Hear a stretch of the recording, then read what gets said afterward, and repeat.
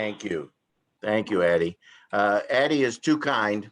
Some of you will be totally disappointed when you hear what I have to say, because Addie gives me such a big buildup, but I will try to live up to that buildup today. Um, and let me just see how many of you, I think you can raise your hands on this. How many of you can raise your hand digitally that say, I already have the booklet or I've gotten the email for the sleep journal that Addie has the page up? Okay, Daryl. Okay, you all should be getting something that will ask you if you want to get this sleep journal. And today's session, we're just going to kind of walk through what you'll see in the sleep journal. So if you like what you see, we want to encourage you to order one. If you haven't got the information in your email or the card that they're sending out, I think that's still in process, but Addie can be your contact person for that. Absolutely.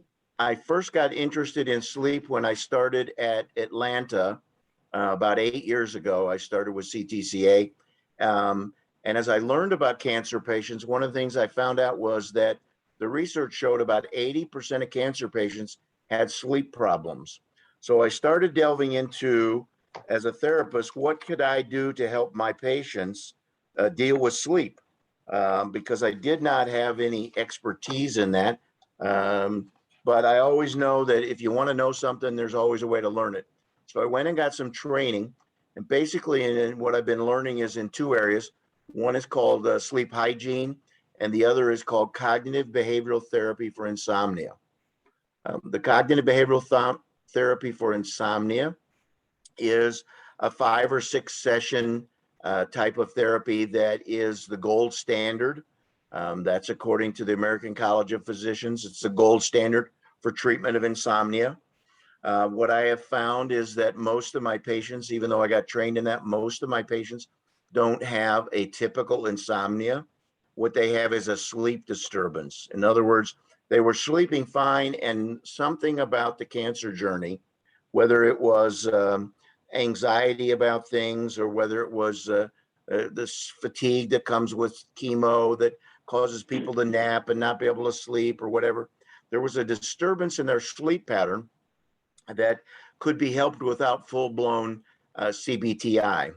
So Angela at Chicago CTCA in Cancer Fighters was kind enough to let me start working with patients in a small group setting. And through that, I listened to patients and began to develop some sleep helps to help people return to a better sleep. So as I tested in that small group, I would give a screening test for insomnia. And what I found is that most people who describe themselves as having insomnia don't really have insomnia. They just have a sleep disturbance and they're not happy with the quality of their sleep. Doesn't mean they don't need help, but they don't have a typical insomnia, most of my cancer patients. So what I did was I worked on discovering what kind of sleep patterns cancer patients have and trying to help them figure out ways to do it. And this sleep journal then is kind of, thanks to Addie and her team, the pinnacle of the stuff I've been working on to try and help cancer patients with this symptom or side effect of cancer journey and cancer treatment. So thanks, Addie, and thanks, Angela, for helping me learn more and be a better resource to our patients. So what I'm going to walk you through today is just some basic stuff. There will be time at the end for questions.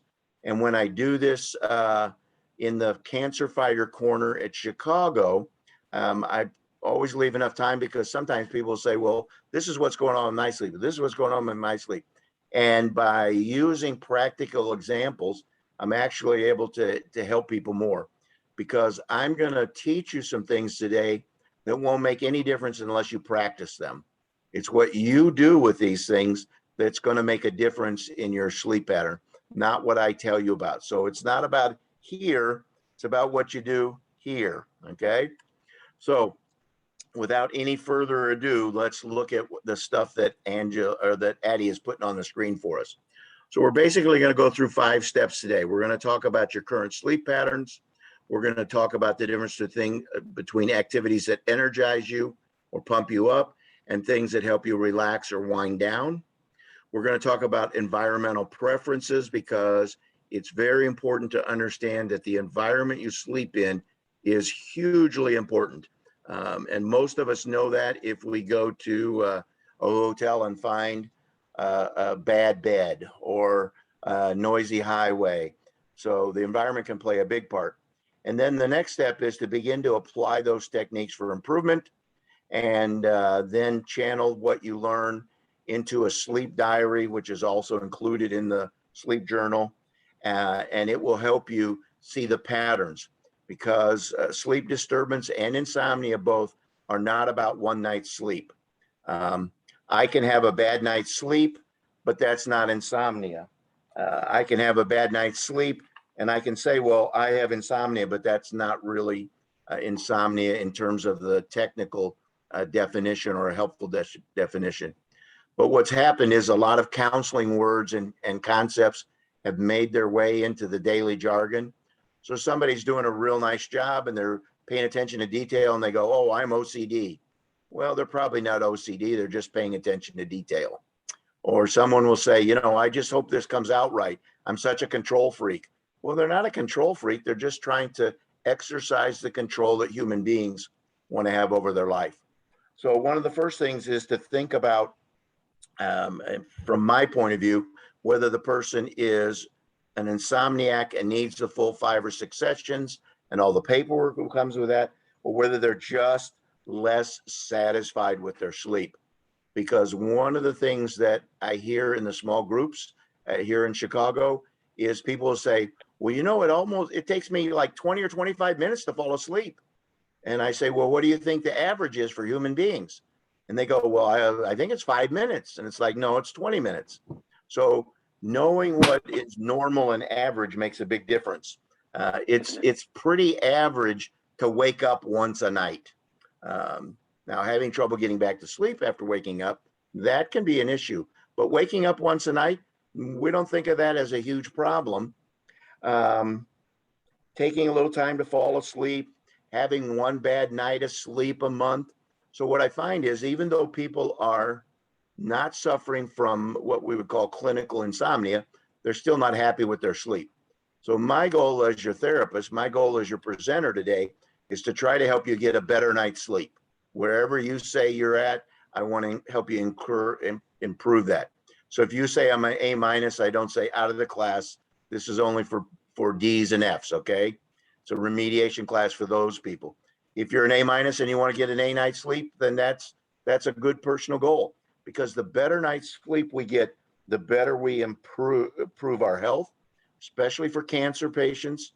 For all of us, eating, sleeping, and moving are the 3 things we need to do.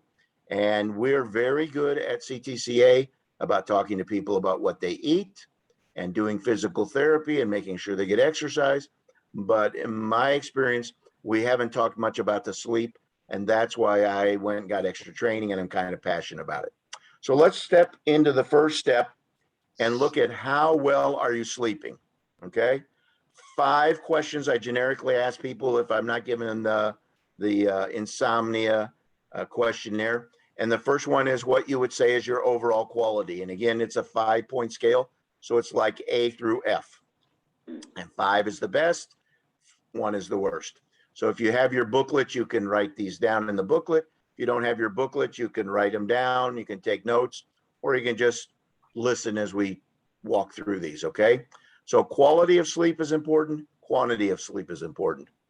One of the things that cancer patients need to understand is that in the old days of cancer treatment, we had to choose between quality and quantity a lot of times in treatment. And I tell my patients that's no longer the equation we look at. We now are in a place with cancer treatment that we can say, how do we improve quality and how do we maximize quantity as well? Then the third thing on the list, difficulty in falling asleep. Do you toss and turn a lot? Does it take you a long time? Do you get revved up?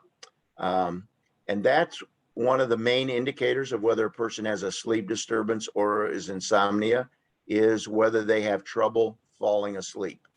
Can be a sign of other things, but that's at least one thing we look at. Next on the list, difficulty staying asleep. Sometimes people don't have any trouble falling asleep, but they don't stay asleep long enough. Um, and staying asleep is important because your body and your brain wants to have 5 REM cycles. REM cycles are rapid eye movement cycles, and your body goes through a predictable sequence of sleep. And those cycles take about 90 minutes. They don't take exactly 90 minutes, and they vary between individuals. So generically speaking, if you need 5 90-minute cycles, you're talking about 7.5 hours of sleep. That's why we always say average night sleep is 8. But I always tell people nobody's average. That's a statistical concept. It's not a person. So I always tell people that the research shows that between 7 and 9 is the sweet spot. And by sweet spot, I mean most people feel good when they sleep between 7 and 9 hours. Now, if you're doing chemo, that changes. But when you're not sick, when you're not dealing with COVID, when you're not taking chemo, 7 to 9 hours is kind of the sweet spot. Because when people have less than 7 hours, there are health risk associated with that. And people who sleep more than 9 hours actually have health risk associated with that. Although the Olympics just being open, I sent Addie a chart one time about how long a super athlete sleep, and they do sleep more, but they also eat 8 or 9,000 calories a day, and they sleep more, so they exercise more, so they hyper do all of the things we do. So I don't recommend to people that they try to get more than 9 hours sleep on a regular basis. And then the last one is waking too early. That again is another sign of sleeping disturbance. So sleep should be something that we enjoy, that feels good to us, that feels restful and comforting. If I could only ask a patient one question about their sleep, I'd say when you wake up in the morning and you finish waking up, because there is a time period between when my eyes are open and when I feel awake, we call that sleep latency, meaning that I don't feel fully awake yet. Those are the people that go around with the t-shirts and the coffee mugs that say, "Don't talk to me till I've had my caffeine." The average person is somewhere in the neighborhood of about 30 to 45 minutes. I have long sleep latency. I don't feel fully awake till I've been up actually about an hour and a half or 2 hours. So I have to have a longer routine in the morning before I actually start doing the heavy lifting of the day. So do you enjoy it? And do you feel rested enough and have enough energy for the day before you? Now, cancer patients sometimes don't get enough uh, rest that they feel energized, but they've slept long enough. And that's a different issue. That's chemo fatigue, but it's related to this because there are some things you can do about chemo fatigue, and good sleep habits is one of them. It's not the only one, but it's a foundational thing. So when my patients are dealing with fatigue, one of the first things we talk about is sleep. So here's the evaluation page. The next page is about beginning to think about what energizes you and what relaxes you. And this is about what does it take to slow your mind down and to get your muscles to relax. Because the equation for sleep is actually very straightforward and simple. If my mind relaxes and my mind slows down and my muscles begin to relax and slow down and I'm tired, I will go to sleep. But if my mind is racing about something that went on at work or my next treatment, or I have scans tomorrow and my mind doesn't slow down, I may not sleep. If my body is tense and excited. So the two things that we teach people is you got to find out what slows your mind down and what relaxes your body. So this list is a list of things we put together. And I'll just tell you that everybody's different, but some things are kind of mostly universal. So I'll give you an example. Taking a warm bath. You might not enjoy a warm bath, but a warm bath will help you sleep because it raises your internal body temperature. And one of the signs that helps your body know when it's time to go to sleep is a decreasing body temperature. So The hot bath rises it. And then as it begins to lower, your body starts to feel sleepy. Now, I don't enjoy a warm bath, so that wouldn't work for me. Okay. On the right-hand side, scanning through social media, that always raises my blood pressure. That would never help me relax. So everybody's different. My wife can go to sleep in the middle of the war movie before the guys escape from the bad guys. And I'm up after the movie's over going, I still feel like I'm in there because the movie's designed to raise my adrenaline, and I'm not ready for sleep after that movie. So I swore off of action movies. If I need a good night's sleep, I need to start doing something calm. So don't tell my wife, but I watch rom-com movies with her because I'm not very interested in those. And it's easy for my brain to kind of start to go to sleep even during the movie because we've watched it before or it's not that interesting. So those kind of things.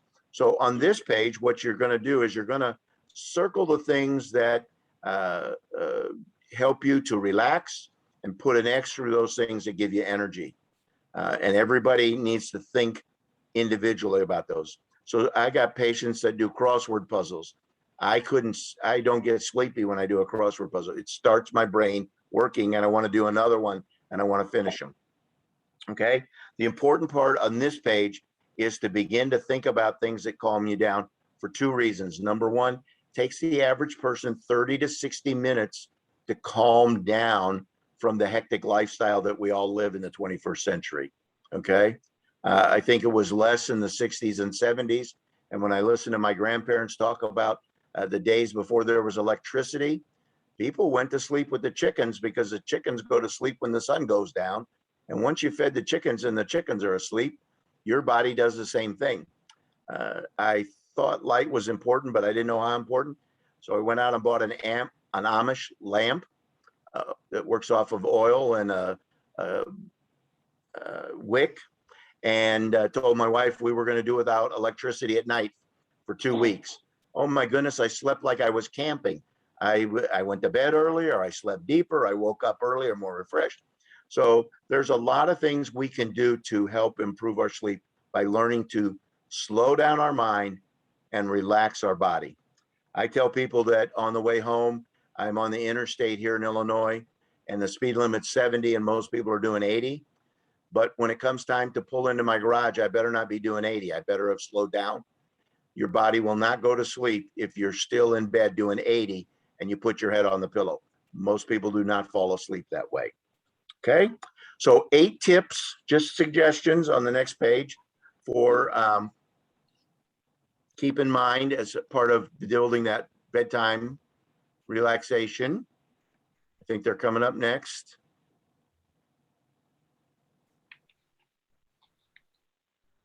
Sorry, Mike, for some That's all reason, right. Let me just read them to you then. These are just some things that generically work for people. It's like staying out of your email because that sometimes turns into tasks to do or people expressing opinions that get your blood pressure boiling. So be careful about being on the internet. Be careful about the TV. Your mind registers the flashing TV and the sounds, even though you're not aware of it. If you've ever had a sleep study done, you'll be amazed at what the doctor said you did while you were asleep that you have no awareness of. When I had my sleep study done, the doctor said, well, you woke up 40 sometimes in an hour. And I said, no, I didn't. I slept all night through. He said, no, you didn't. You got aroused. And he said, your brain was awake, but your brain wasn't awake enough for you to realize it. Here it is. So watch what you watch. Think about reading. Reading out of a book actually calms most people down unless you're reading murder mysteries, and then it can hype you up. So just be careful about what you're reading, but read relaxing things. Enjoy a caffeine-free drink. Caffeine actually can take up to 24 hours to metabolize. Most people cannot drink caffeine in the evening and have it not disrupt their sleep. Some people can't drink it in the afternoon without it disrupting their sleep. And some people can't even drink it in the morning. I always suggest to people that they change their caffeine habit to see if it impacts their sleep. Not because I don't want them to drink coffee or tea, but because they just need to see what is impacting their sleep. So it's kind of a science experiment. If you have trouble going to sleep because you're thinking about tomorrow, keep a paper and pencil by your bedside, or a little recorder or an iPad that you can say, don't forget to call Addie tomorrow, and just get it out of your mind and onto the paper.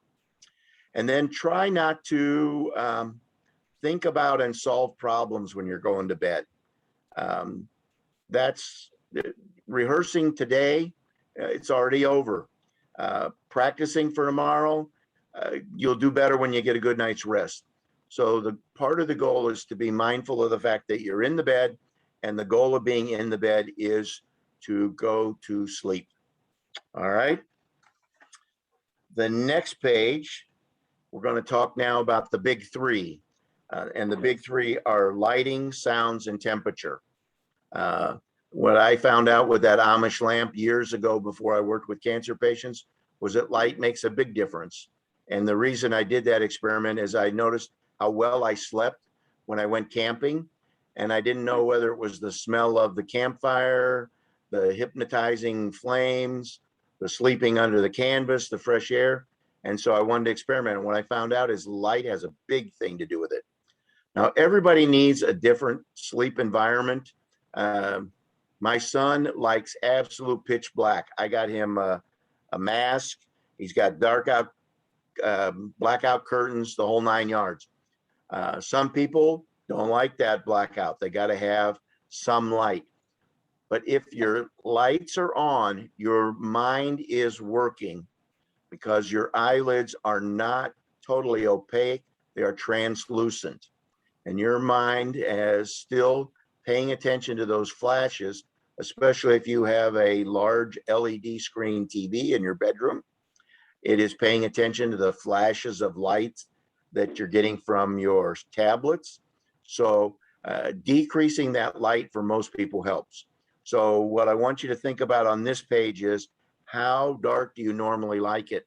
And again, it's an experiment thing. Try decreasing the amount of light. Some people even have found that if they count the number of little dots of light in their room, it's 8 or 9. I don't have a night light in my room. And what I realized after I read that, about 8 or 9, I thought, that's a lot. But my wife has an alarm clock. I have an alarm clock. We got an Apple TV. We got a TV. There's a light on the plug over there by the charger. The DVD player has an on standby light. And when I looked around, there's no reason to have a night light in my room, because my room's already lit as if there's a night light. This is such a common problem that you can actually go on Amazon and buy stickers to put over those little lights. And the stickers, believe it or not, you can buy ones that absolutely turn them off and darken them, or you can buy ones that just dim them. So just thinking about sleep and figuring out which way to light your room. So again, it's an experiment. The second thing on the big three is sounds. Some people have to have earplugs. Some people want white noise. A lot of people sleep with a fan, and it's not about the moving air as much as it is the white noise.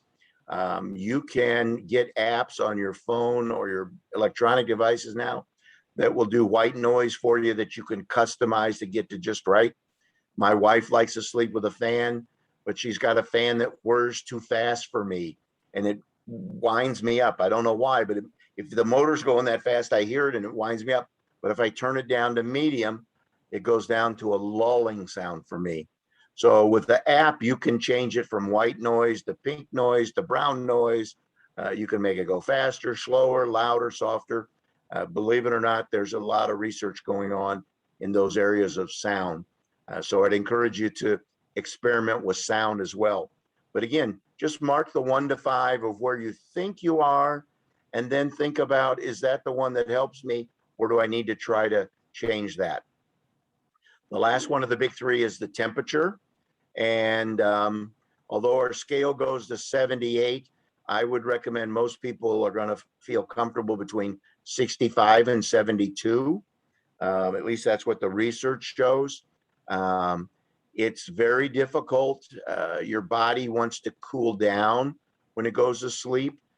Part of the natural signals we get, like with the light going down at night, when you're out camping and there are no street lights, it signals to your body to start producing melatonin and get ready for sleep. The sounds go down because the people aren't up and around, but the temperature goes down overnight, even in hot places like Oklahoma and Atlanta, right, Daryl? Not much sometimes in Atlanta. That's part of the reason I left Atlanta and came back to Zion. It's too hot for me. But in your bedroom, you want to be able to control the temperature to find out the right uh, temperature for you. I live in a house that something's wrong with the heating and air conditioning that makes the upstairs too hot in the winter and not cool enough in the summer. So I have to put a window air conditioner to get a good sleeping temperature. But it's worth it to get a good night's sleep to be able to change that. So my suggestion is you start somewhere between 65 and 72 because that's what the research shows. But some people like to be warm. My suggestion is if you like to be warm, put on blankets because then your body will register a cooler temperature through your head, believe it or not, because we lose a lot of temperature through our head, but you'll be warm.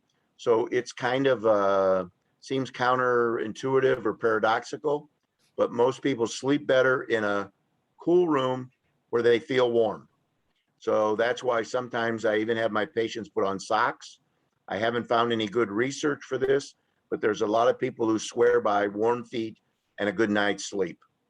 So that's another area you can experiment with. All right. Next thing is applying to the techniques. And I want to talk about two techniques that are kind of the opposite of each other. Guided imagery is using your imagination to take your someplace somewhere, take yourself someplace different. Mindfulness is being right where you are right now. So if I was to use guided imagery, I might lay in my bed and think about a time I was at the beach and how good it felt for the sand to be pressing against my body as I was laying there, and how the breeze felt and how the sun felt on my face. The goal is to visualize by employing as many of my senses as possible. Believe it or not, your imagination will take you there. I have a hammock that I take camping with me.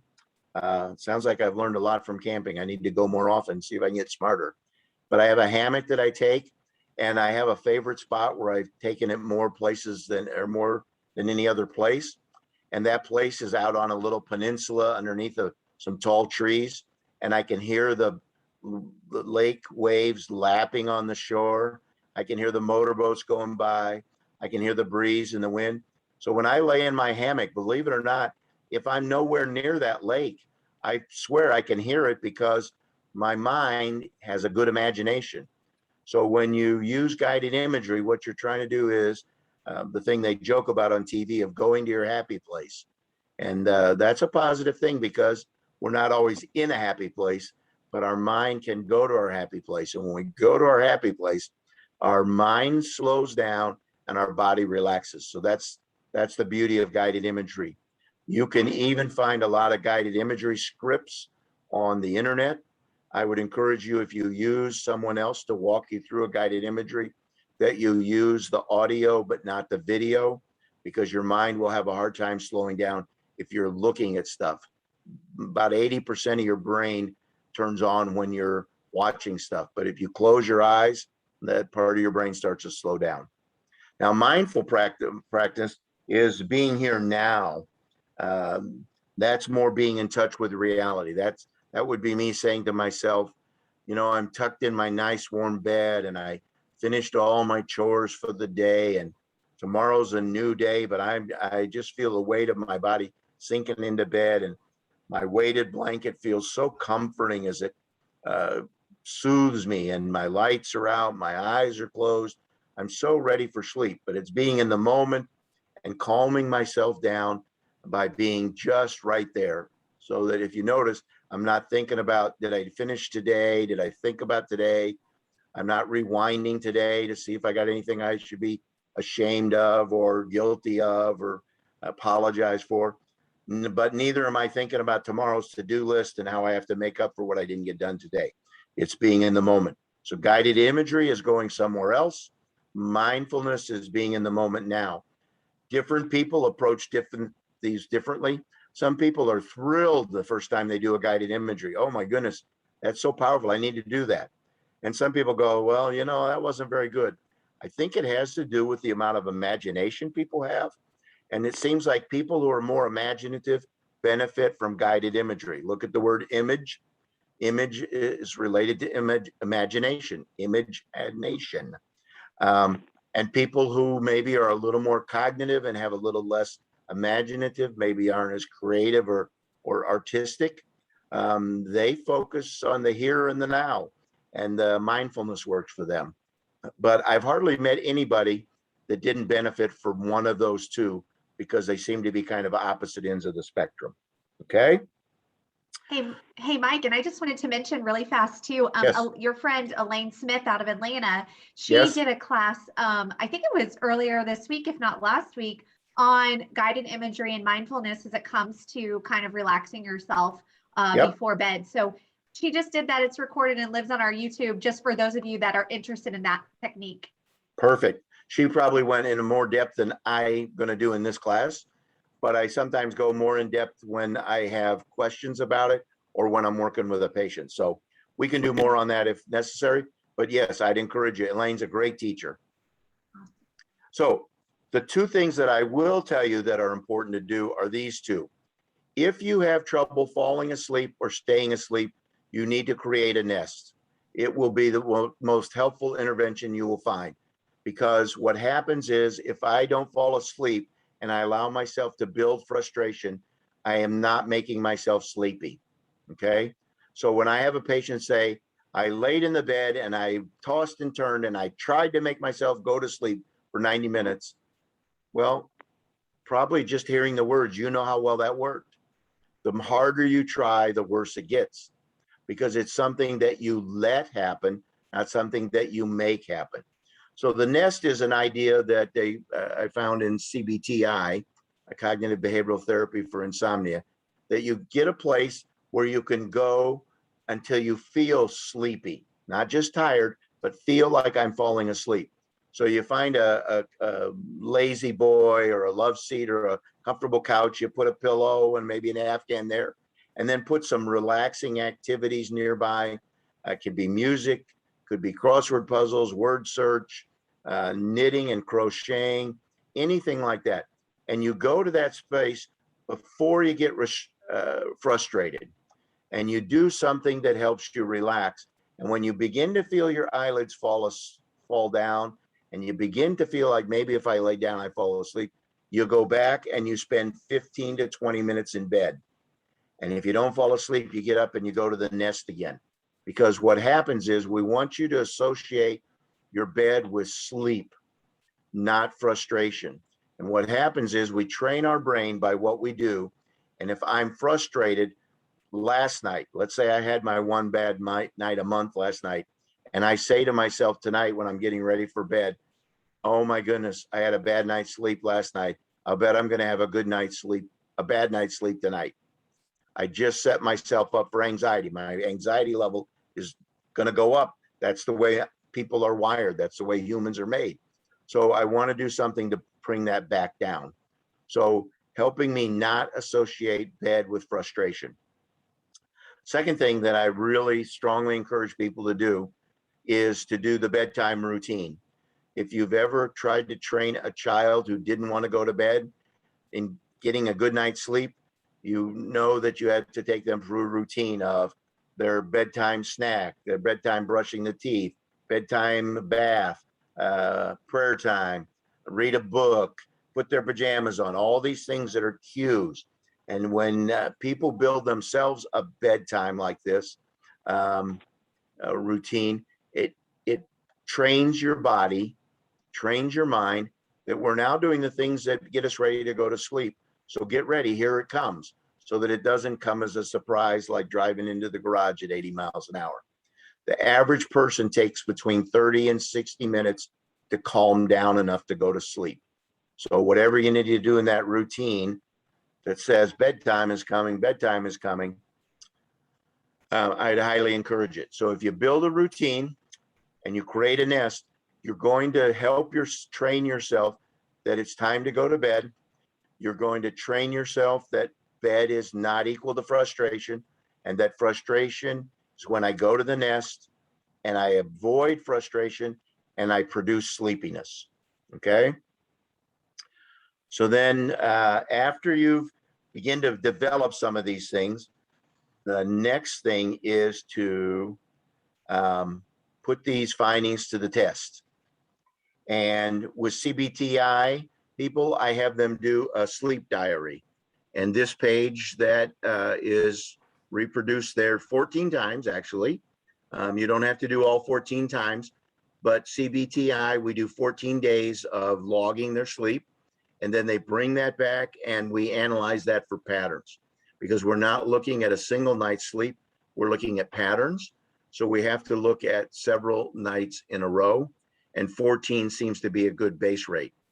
Plus, the other thing is, one of the things we know in psychology is that when people begin to look at stuff, it changes.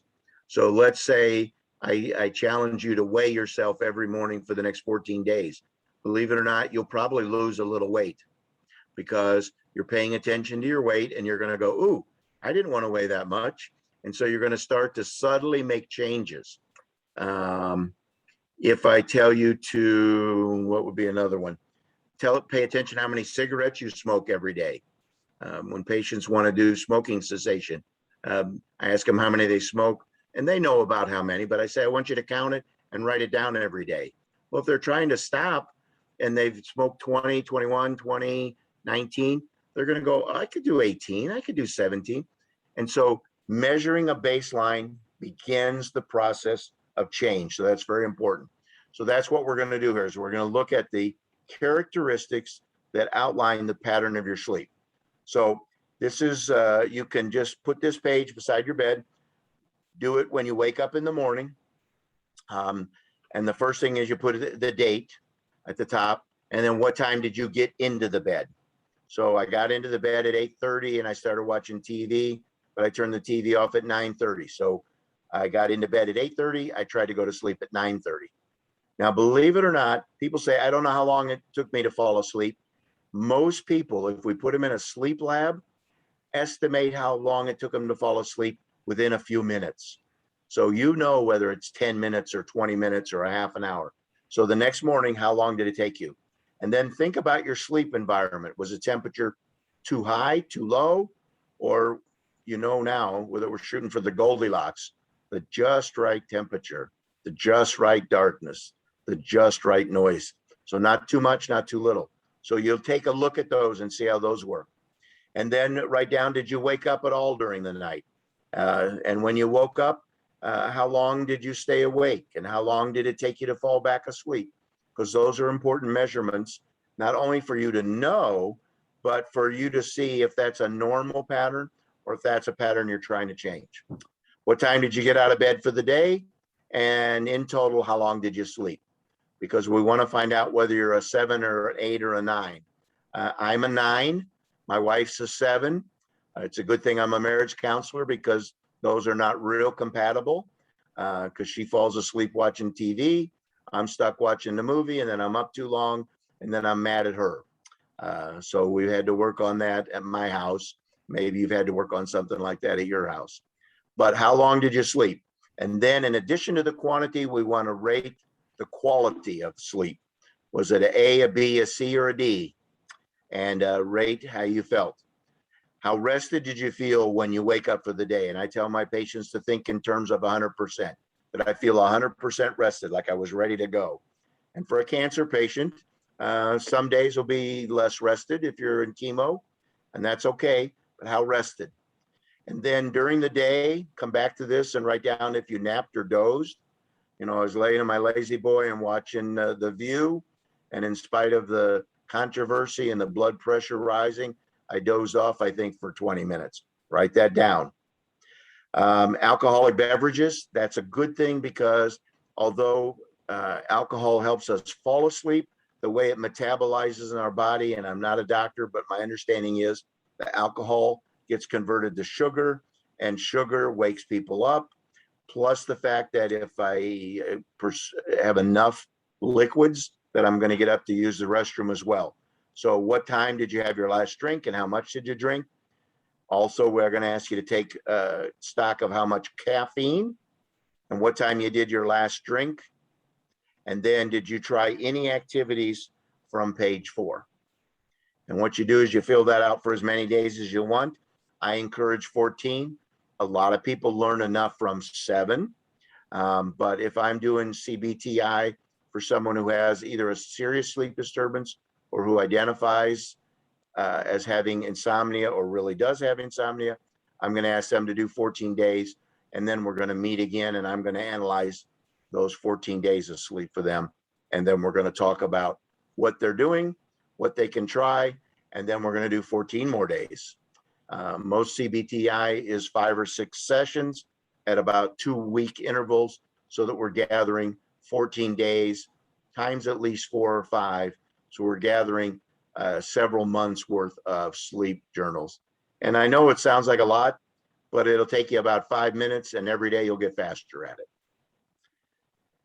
And I think that's what I was going to cover today. In conclusion, let me just say that I would encourage you to think of your sleep as an experiment to try and improve it, to improve the quality, improve the quantity, to feel more rested in the morning. Don't make this the kind of project that raises your anxiety. But I would encourage you because, and I applaud you for coming. I thank you for coming because you probably are here because you want to improve the quality of your sleep. And even if you're an A-, there's room to improve. But you're probably not going to improve as much as I can help the C+ or the C- patient because they have more sleep disturbance. But nonetheless, I hope you've learned some things and you can use the journal if you don't already have it to continue to improve your sleep. And no matter who your mind-body therapist is, somebody can help you with this. I promise. We're there to learn what we need to learn and to help you